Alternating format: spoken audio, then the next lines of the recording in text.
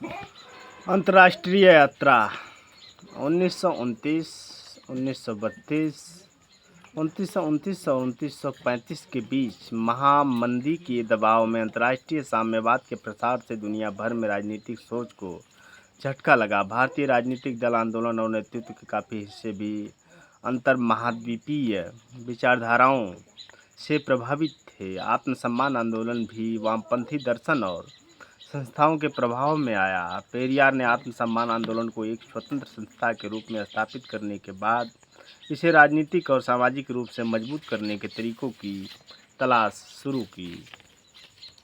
इसे पूरा करने के लिए उन्होंने विभिन्न देशों के इतिहास और राजनीति का अध्ययन किया और व्यक्तिगत रूप से इन प्रणालियों को काम करते हुए देखा। आत्मसम्मान के दर्शन का प्रचार करने के लिए पेरियार ने दिसंबर 1929 से जनवरी 1930 तक एक महीने के लिए मलाया का दौरा किया। अपनी पत्नी नागाम्मल और अपने अनुयायियों के साथ नागपट्टिनम से अपनी यात्रा शुरू करते हुए पेरियार का पिनांग में 50,000 तमिल मलेशियाई लोगों ने स्वागत किया।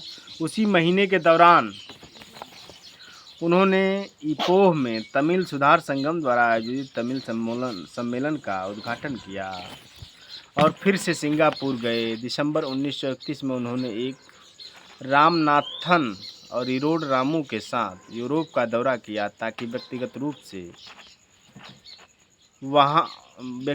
से वहाँ की राजनीतिक प्रणालियों, सामाजिक आंदोलनों, जीवनशैली, आर्थिक और सामाजिक प्रगति और सार्वजनिक निकायों के प्रशासन से परिचित हो सके। उन्होंने मिस्र, ग्रीस, तुर्की, सोवियत संघ, जर्मनी, इंग्लैंड, स्पेन, फ्रांस और पुर्तगाल का दौरा किया। इस दौरे ने पेरियार की राजनीतिक विचारधारा को आकार दिया, जिसमें आत्मसम्मान की सामाजिक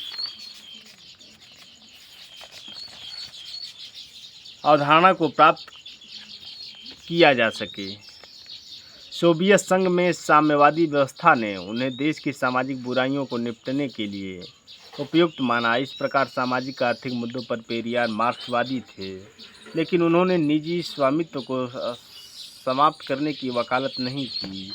अपनी वापसी के तुरंत बाद पेरियार ने उत्साही कम्युनिस्ट एम सिंगरावेलर के साथ गठबंधन करके समाजवादी और आत्मसम्मान के आदर्शों को शामिल करते हुए एक सामाजिक राजनीतिक योजना पर काम करना शुरू कर दिया।